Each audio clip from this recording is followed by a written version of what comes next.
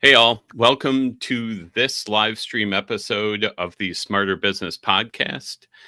And on this podcast, we talk to video professionals about how, who are finding interesting ways to grow and operate their businesses utilizing video. Um, and sorry, I botched the intro there. All good. And that is, that's part of being live. So It's part of the live I'm stream gonna. experience. It is. So I have finally turned off all the repeating versions of my intro that were coming up in my headphones, which was throwing me off a little. And I would like to introduce Todd Clouser of Refine Labs. We are going to talk TikTok today. Todd, it's great to have you. Sorry for the botched intro, and sorry to everybody else out there. The rest of the episode will run smoothly. So, Todd, thanks for coming out. Thanks for having me. And what we're going to start off doing here is maybe give a little bit of your background and let me know how you ended up at Refine, how you ended up doing what you do.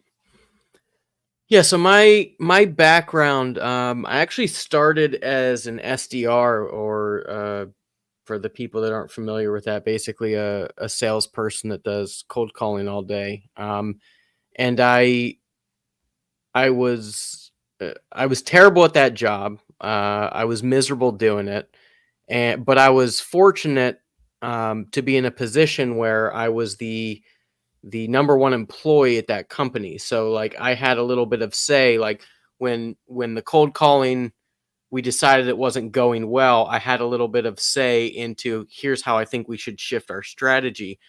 And what I did, and this was back in 2011 when not a lot of companies were doing YouTube. What I did was, okay, instead of cold calling and doing outreach all day, let's create a YouTube channel to educate our audience with the intention that once we educate them, they'll come to our website. So we did that, and we quickly realized that the content that we were putting out and the education that we were putting out on YouTube was actually much more interesting and valuable to our target market than what the original plan for the website was. So we actually switched up the business model a little bit to be more of a like influencer model is essentially what we became, and then we built other things off of that. But that's kind of my intro into content, and then because of that, I was lucky enough to be on like the leading edge of all these platforms as they had their really high organic growth. So like Facebook back in like 2012. And we went to YouTube. Instagram like a year or two later, and then TikTok. Been doing that since 2019. So like I've been lucky enough to see how all these platforms have evolved and how they work since their high organic growth days. So that's my content background, and then I did that for several years, and then decided that I wanted to get into B2B. So I started with a company doing a little bit more like traditional marketing, which I wasn't a huge fan of, and I was getting ready to go back into the industry where I came from, and then I saw the opportunity at Refine Labs.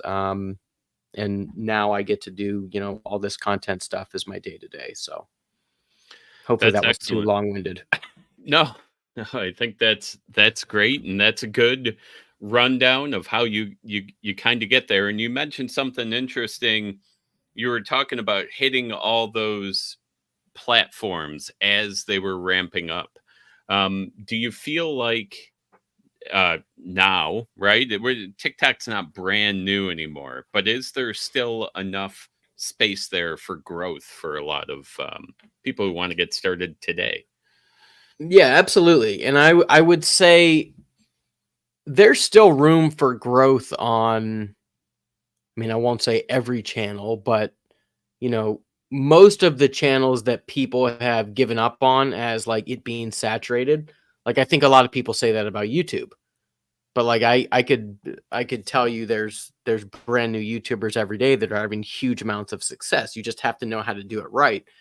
The same thing with TikTok. One of the beautiful things about TikTok as a platform is where a lot of these other channels, they serve your content up based on the following that you have. TikTok serves up content based on interests. So if I put out a piece of content and I have, 15 followers, but it's a really good piece of content and a ton of people are interested in that topic, like, it can still get millions of views. I had that happen with one of the accounts I manage um late last year. Like, it was a brand new account. There was 6 or 7 like actual posts on the account, and like the 7th or 8th video that I put out, it went off for, in the beginning, like when I first put it out, I put it out on Saturday morning, and every video before it had 200, 300 views, and then I checked this one like 2 hours after I put it out, and it was at like 150,000 views. And I was filming with a buddy at the time. I'm like, holy shit, man! Look, this video is like popping off. And I kept checking it throughout the day. By the end of the day, it was at 1 million views. 2 weeks later, it was at 10 million views. And the beauty of that is every video that came before it went from a couple hundred views to a couple thousand views. I gained maybe 10,000 followers off that single post. And every video that I posted after that, like, they would get average like 15 to 25,000 views, and then like every 6, 7, 8 videos, you'd have one go for 250,000. So like the platform serves content based on interest, not based on your following, and that makes it easier to build a following because it attracts the people that are interested in your content. That's very well said, and that's kind of what I've heard is the kind of dividing line there, right? Like, they're serving content. It doesn't matter how many followers you have, and it's not as susceptible maybe to that like, I don't know, bubble that a lot of people end up in, where you hear from the same people all the time. Which I will admit that your videos come up on my LinkedIn feed every day, because I think, I interact with it. LinkedIn's like, Neil likes this stuff. Give me, more Todd videos, right? So, Yeah, for sure. And, yeah, I'll yeah, say this too, like, a lot of people, because of what I just said, a lot of people get frustrated when they don't hit, they put out 10 videos and they're not at 10,000 followers yet. And I'll tell you, like, on my own individual account, like, I don't have massive amounts of followers on my individual account. And, part of that is because when I first started doing TikTok personally, like, I wasn't super comfortable on camera. Like, I had to build that muscle. So in the beginning, I basically started out kind of regurgitating my LinkedIn text posts.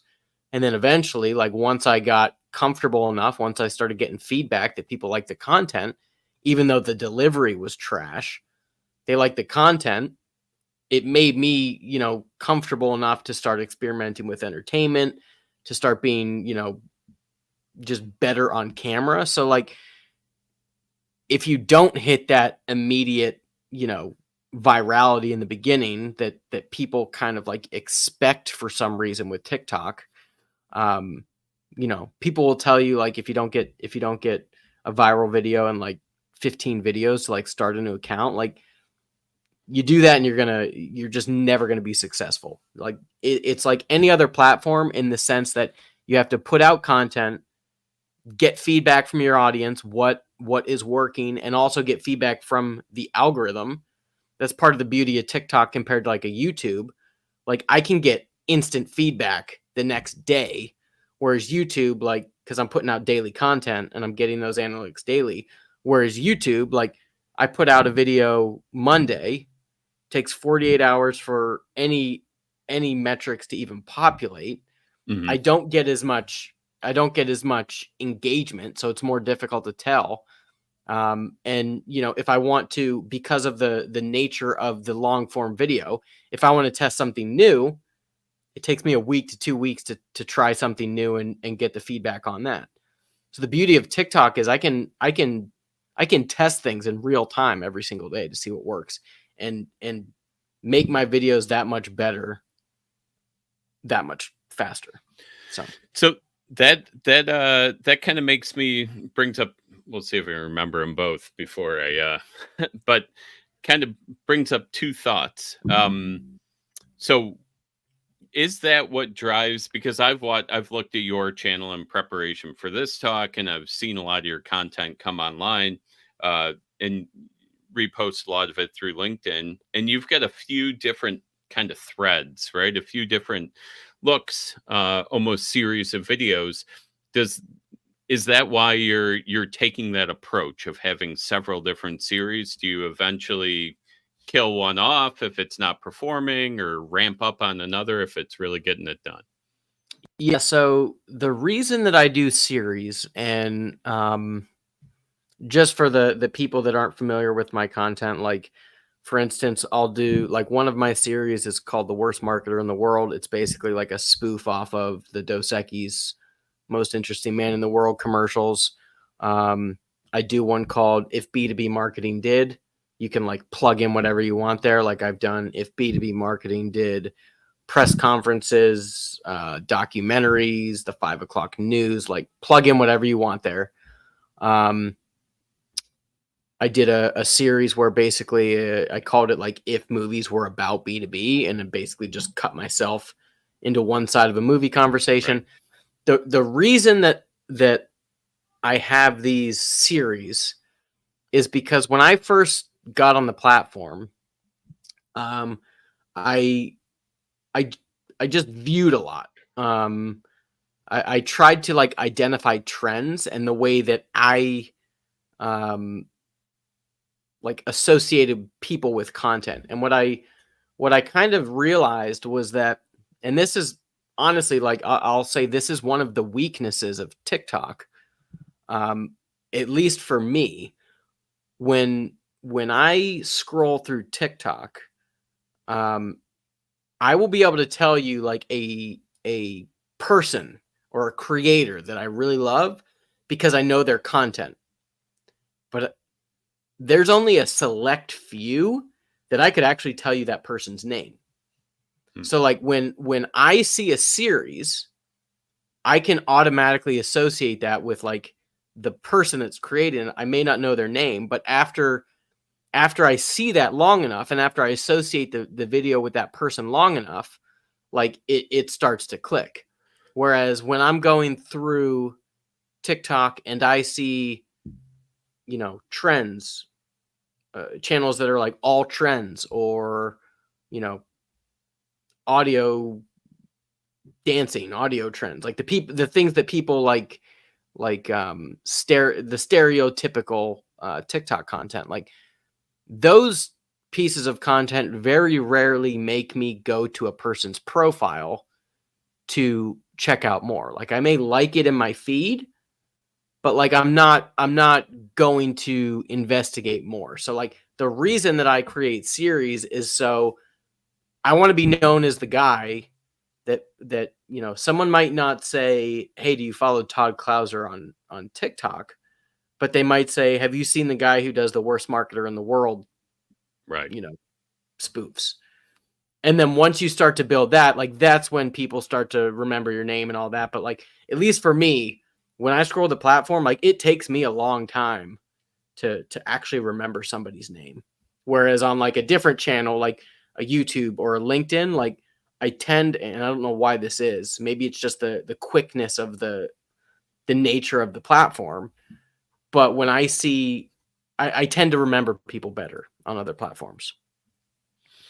Excellent. And because you brought up the worst marketer in the world, you know what? I'm going to have people go watch those after the fact, but I will bring up Worst Marketer in the World is a great series that Todd puts out both on LinkedIn, and you can find it on his TikTok profile. He's got a Shia LaBeouf spoof video that I said was the first one that made me laugh out loud when I saw it on the LinkedIn feed, where Todd tries to jump to the moon, which, you know, is it's good stuff. And then the origin story was another one I've got queued up. If I'll put them in the description of the live stream so people can get to them easily. But we won't eat up interview time with them today. Let's see. I got to work back through my notes here. We got a little organic there, which is good for interviews, but bad for keeping track of what we talked about. My fault. I got off topic. So, I do want to, I guess, what we're doing today is the Vidwheel Creator Network, which is my video community that we help solopreneurs reach further and talk to the right people and become more efficient in their businesses by utilizing video. That is that group. We do monthly themes, and this month is TikTok. That's why we've got Todd on here. I have a note in here too. I first became aware of you, Todd, when you spoke on a panel with Stephen Pope. Do you remember doing that panel discussion? I that do. was a couple of TikTokers. Stephen's going to come present for us next week, so everybody can keep an eye out for that. Let's see, working through here. So we talked about strategy. Do you have any tips if somebody's brand new on TikTok, like they are not sure what their strategy should be? Maybe they're in a position like you spoke about where they're not like ready to get crazy on camera, but something that could maybe get the ball rolling on TikTok. What I tell people to do, TikTok is dangerous in the sense that it's very easy to just kind of get lost in a scroll, just kind of like a mindless scroll on the platform. So basically what I tell people to do when they're first starting out is be very mindful and very intentional with how you use the platform. So like when you pull up TikTok, basically I tell people like set a timer for like 30 minutes and start scrolling. And as you scroll, I tell people to skip any trends, skip any, dancing or things that aren't really the stereotypical stuff again. And anytime that you come across like a really good piece of original content, and specifically a longer piece of original content that just by the time you finish watching it, like you're not bored and you may even watch it again. Like that's the stuff you want to look for. Whether it's in your niche or not. Like I don't care if it's the specific topic you're looking for, but once you find a piece of content like that keeps you fully engaged, I want you to go to that person's actual profile. And once you go to the person's profile, like there's a couple things I want you to do. Before you look at any of their other content, I tell people to do like a macro audit of that person's channel. So if you have the ability, let me step back a little bit. So when you're doing this macro audit, basically I want you to look at a couple things, like scroll through their entire library. Are they doing series? Like we just talked about, like this is how that unlock came to me. Are they doing series? Like which series are performing well? Are they doing like multiple part episodes or episodic content where it's not like the difference being a series would be something like The Worst Marketer in the World, where like you don't have to watch part 1 to find part 2 interesting. Whereas like episodic content, like, if it's like the to be continued thing, right? Right. So are they doing those sorts of things? Once you kind of do this audit, and generally you can figure that stuff out based on like thumbnails, like you won't have to actually watch any of the content at that point. Once you figure some of those things out, you can actually go into the content. And I like to start like at the very beginning. Depending on how much content they have, that may not be realistic, but like I like to go back at least a month or two and work my way back up. And basically what you're looking for as you watch the content is the things that keep you engaged through their content. And again, this isn't don't think of this as like even from a content level or like a niche level. Think of this as about like, what are they doing that gets you from point A to point B? So it could be, I've seen a lot of people like use transitions. I've seen people do that are really effective using like voiceover. I've seen people that, you know, are, they just, they take a lot of different scenes. Like there's small little things. Did I cut it out? Yeah, for a moment. We got you back. Okay. So there's these little things that you'll find when you do this like 10, 15, 20 times amongst different channels that you see like all of these different creators are doing, but they're applying it to their own niche. Like it's, and I don't want people to confuse that with like stealing ideas. And they're just like if you think about trends, people will steal the piece of audio and then like put type over the audio that relates to their niche. Like that's not what I'm talking about. There's different little tactics that keep you engaged in the video. And when you start watching all these different creators that make original content, you'll figure out like those different things that keep you engaged. And then those are the things that you can take into your own, you know, videos that aren't just you stealing other people's ideas and you know, regurgitating them into your niche. Right. Some of the more technical pieces, which that's a great way to do it. You know, I don't think anybody really has the self-awareness. Like, I really like that video, and it's because, but if you line up a dozen of them and you Yeah. watch them and you look for similarities, then you're able to kind of pick that out and be like, well, it looks like, you know, I don't know, transitions within every 20 seconds, or, you know, starting a video this way or doing whatever. Yeah. And like you'll hear it's not apparent at all when you watch, most of the time when you watch a single video. So like you'll like something and you'll go watch it and you'll be like, well, they're just entertaining or they're just good. But then when you start to, like you said, you know, do this amongst 10, 15, 20, 30 channels, you start to realize like instinctively what people are doing. And it's not that they're just like super entertaining or really good. They have, I mean, the content has to be good, but they have different methods of getting you through that content. And like there's a lot of things that like that have become very apparent that people use to a point where like I wouldn't even call them that effective anymore because like everybody is onto it. But like I'll use the example of like it used to be like a very big thing. It's still maybe like I sometimes do it like if it just falls into place. But like it used to be very people would be very intentional about like looping their videos. So like the beginning of the video like seamlessly looped back in with like the video and the audio back into the beginning of the video. So like the viewer didn't know when the video ended, which is like you realize when you start hearing the same thing again that it's over. But like Right. people were, I mean, that was like one of the things that people found early on was effective. Like, is that still effective?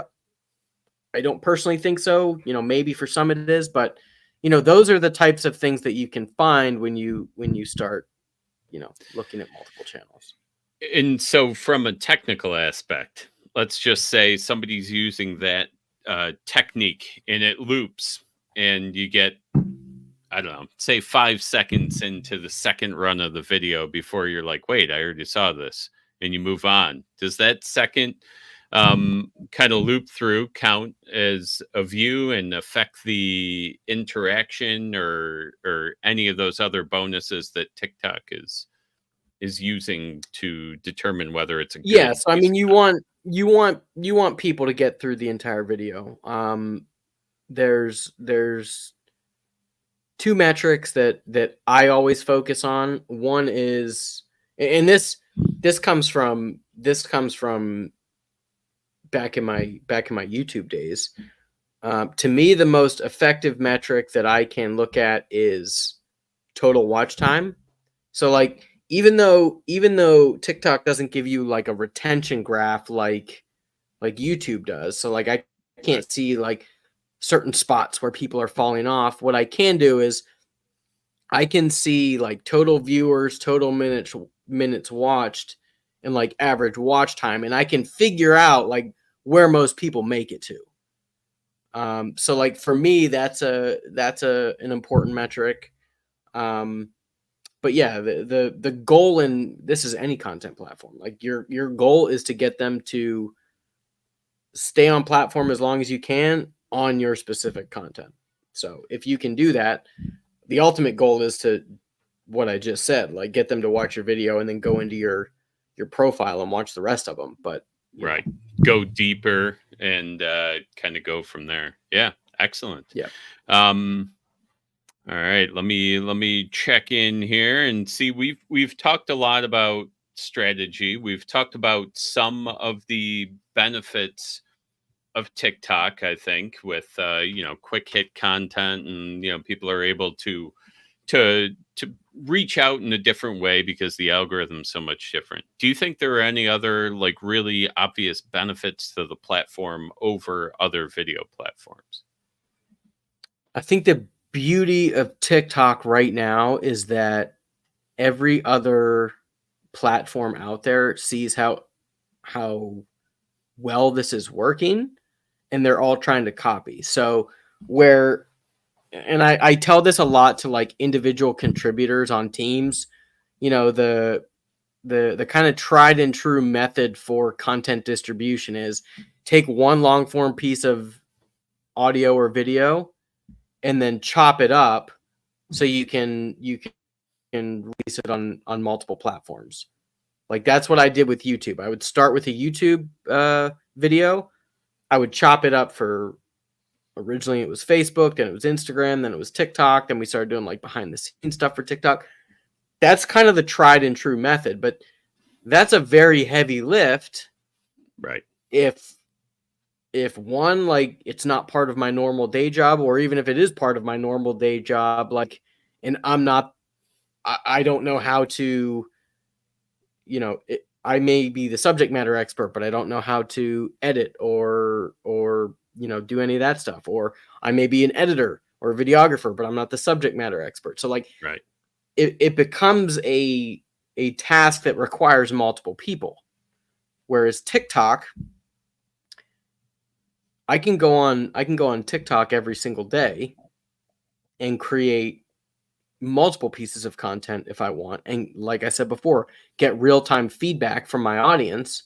Whereas before, I'm creating long form content that I have to break up.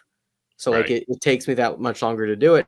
And now I can repurpose all of that content to every other platform because vertical video, just about every other platform has a vertical video, a short form vertical video feature.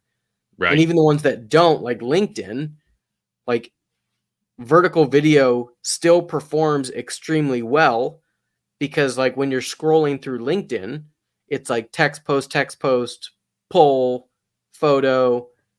You get a vertical video, all those other things, which generally are like, you get what I call text post fatigue. It's like you read the first couple, then you start skimming, then you just like it if you see the person that wrote it is someone that you Right. like. And then Yeah. you just kind of start like doing this endless scroll, and then you see a vertical video and you stop because either one, you think it's a TikTok and TikToks are entertaining, so I'm going to stop and watch it, Right. or two, like it's vertical. So like there's an authenticity that comes with vertical video that doesn't even come with other forms of video like vertical or like horizontal or square. Yeah. So like vertical video just performs well on these other platforms, and TikTok gives you the ability, like, I don't need to be an editor. Like if I'm just like some random person that knows nothing about editing, I can get on TikTok, I can do all my edits in the app, and I can distribute everywhere because they make it extremely easy to download your videos. Whereas other platforms like Instagram or platforms like that, like I have to go out and get a different app just to download my Instagram so I can put it somewhere else or take a Right. screenshot or whatever. So Right. TikTok makes it extremely easy to distribute the content that you make there. So that probably answers the question why you'll see a lot of TikTok videos end up on, say, LinkedIn, which is the primary platform that I find myself on, uh, because it's essentially a one-way street. We all know what it's like putting video on or creating video on LinkedIn as a live stream or whatever. Um, it's hard to get off. So that that all makes sense, right? It's a one-way street. It's gonna Yeah, have 100%, TikTok branding on because, it. like, even all these channels that are trying to copy TikTok, like, none of them have good in-app editing. So, like, even if you go, like, I'm gonna say Reels is probably the closest Mhm. in terms of, like, usage to TikTok when it comes to, like, that style of content. Like, if you've ever tried to edit something in Reels, like, the audio selection is terrible. Like, the actual editing functionality itself is garbage. Like, when you go to TikTok, it becomes very easy for someone who knows nothing about editing to do it. So, like, if I'm on LinkedIn and I see all these people making successful video content, I don't have to hire an editor anymore. I can go on TikTok and I can do it myself.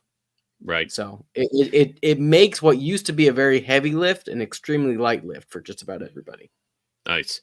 And that's two birds, one stone kind of thing, right? Because that is becoming an increasingly common thing to see is the TikTok videos ported over to LinkedIn there. So And that's what I tell people, that, my kind of soapbox for the past several months on LinkedIn, not so much lately, but, basically December through, like, April of this year, was basically, like, telling people, like, you need to get on TikTok, like, you're missing the boat. And um the way that because everybody would say, well, my audience isn't on TikTok. TikTok's a bunch of kids. And like, all even if that was true, which it's not, like TikTok audience, like, you can look at the numbers, it's not the case. But even if that was true, what I was trying to demonstrate through my videos on TikTok is, even if you don't want to build an audience on TikTok, which some people that they don't, like, I'm okay with that. You can use that platform to make the platform that you're currently using work 100 times better for you. Because when you have a text post, I can read it, whatever, you get the text fatigue like I was talking about. When you have a video post and then you put that same text post on top of it, now I'm hitting everybody who, like, if people don't want to watch my video, they're in their office, whatever, they don't want sound, I didn't put captions, whatever. They don't have to watch my video, but I still put like the educational piece of content on top of it. So if the people who want to read it, like it was a text post, like, they still have that. mhm. But the people like me who just, like, I just get so burnt out on reading text posts on LinkedIn, like, I would rather watch the video. So now you're hitting a much bigger audience. And the beauty of this, and I know I'm getting off on a tangent here, but, like, the beauty of this is, before, people would always say, like, oh, I don't want to do video on LinkedIn because video performs so bad on LinkedIn. Because LinkedIn would use, much Right. like Facebook did back in the day, they would use 3 seconds of watch time as a view. Whereas with a text post, all you needed was the impression. Right. So if I Just scroll right past it, right. you still get that as a view. But now and I don't know if they've rolled it out to everybody. It took me like I 3 think months to get it's it. yeah, I think it's mostly out there at this point, to Yeah, just so, like, about as every a user. creator, you can Yeah. see your video analytics Yep. on your videos now, and you see impressions versus views. Yeah. And, like, that's powerful because my impressions on videos are way higher than my impressions on text posts. But the funny thing is that they didn't reverse that.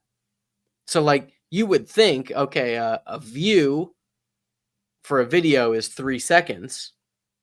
an impression is me scrolling by, you still don't get a view for a text post. Like, Right. logically, you would think, okay, a view equals they hit see more, and that's a Yeah. view. But if you look at your analytics on a text post, you still don't get that. It's only impressions. Yes. So And you would think that'd be easy enough to pull off, right? If if it was going to be beneficial. But yeah, that was a huge move that happened recently by LinkedIn, because there was so much confusion over that. And yeah, like, you know, it's a low bar to be considered a view, right? Like a couple of seconds and 51% or more of the player on screen, I believe, is not a huge bar. But once you see it side by side with impressions, you realize how people are just flying down their news feeds looking for yeah. whatever, right? And Whatever. when you look at it compared to a video, compared to it like I try to compare like apples to apples. So like I'll pick like a well performing video versus, like, for me, a well performing text post. Hmm. For me, at least, the video impressions are significantly higher. I Yeah. mean, that may not be the case for everybody. If you're known for text post, it may be different, but Yeah. you know, I could see that happening. I've also anecdotally, I haven't put this through the ringer, in terms of analytics, but I always find that interactions, right, likes and comments and so on, tend to be higher if you were apples to apples on impressions between a video and a text post. But again, that's just me. So yeah. who And the knows? other thing too, one of the metrics that I like to use to determine if, like, an individual piece of content is performing well is, honestly, I don't really, I mean, to a certain extent, I care about views. Like, if it bombs, like, that sucks. But like, the main metric that I look at is how many people are tagging their coworkers in that message, or in the comment section. How many people reshared it? How many, like, good conversations are being started in the comments, not Right. just like thumbs up or like Right. this was cool. Yeah. Right. How many legitimate conversations are happening? Like, those are the things that tell you, like, your audience is engaged, they like it, and to me, like, tagging someone else or sharing it with a coworker, like, that's the ultimate. Yeah, yeah, and that is such that's a step beyond even the comment, right? Because you're putting Yeah. your own kind of reputation out there, right, to share somebody else's content, and that's really powerful stuff. So, Well, and um, that's also how I'm this sounds incredibly, like obvious, but like when people tag their coworkers, that's how the content performs so well. Like, my best ever performing post on LinkedIn was a TikTok that I repurposed there. mhm, And the reason that it performed so well, or one of the reasons it performed so well, is because it had like close to 500 shares. yeah, That's 500 people, like, telling all their network, and then you look in the comments, and there's, I don't know, there was like 800 comments or something, and like a quarter of them are just like people tagging like 3 to 5 of their coworkers. Like, that's how your content gets more eyeballs on it. oh yeah, yeah, and that breaks out of that whole first circle, kind of consumption that happens so much on LinkedIn, right? The first level connections get so much more of your content, and breaking out anyway, and that's a great way to do it, is so important. What Yeah. do you remember what video that was? Yeah, that one was called "If Sales and Marketing Were a Married Couple." Okay. I'll find that and put that in the description after the fact here too. Now, I do want to be respectful of your time. We already rolled through quite a bit of our allotted time, so I'm going to move right on to. We've got one question that I kind of use as a way to tie together every episode of this podcast. It's called the Smarter Business Podcast. What is one thing that you've done for your business or a client's business that has made them smarter or made their business smarter? And it can be TikTok. I mean, yeah, TikTok would be the obvious one. I'm going to, because I know there was also the book question on here that we talked about earlier. So, and this actually played like a huge role in like my YouTube success. So when there's a book out there called Primal Branding by Patrick Hanlon, and it basically teaches you through, like, I think it's a 7-step, or not even 7-step process. There's just like 7 things that teach you how to turn casual viewers into like diehard fans of your brand. And I think when I started doing YouTube, it took me like 5 years to get to 50,000 subscribers. Like it was a slow burn in the beginning. And then I read that book and like it just kind of clicked. Like there's a lot of these things that we could be doing that we're leaving on the table. And, you know, after I read it, I had my subject matter expert read it. So we were both on the same page. And then like we both just started coming up with these ideas. And after that, we doubled every single year until I left, which I left when we were right around like 700,000 subscribers. So like I would say anybody who's trying to build a community or build like diehard fans for your brand, like it's definitely worth the read. Very cool. Primal Branding. Awesome. I'll find that and put it in the notes too. And with that, Todd, anywhere that you like people to find you, where can they find your stuff? Where can they find you? Yeah. Todd Clouser on TikTok, Todd Clouser on LinkedIn. Those are my 2 main channels. So yeah, feel free to shoot me a DM, ask questions. If you want to do a collaboration, always up for that too. So awesome. Well, thank you very much for taking the time to chat with us today. Conversation was excellent. A lot of great info on TikTok here. And for anyone who found this episode useful or the information interesting, please, like, share, do all the interaction things wherever you happen to be taking in this episode. And with that, I'll say happy creating to you all and goodbye.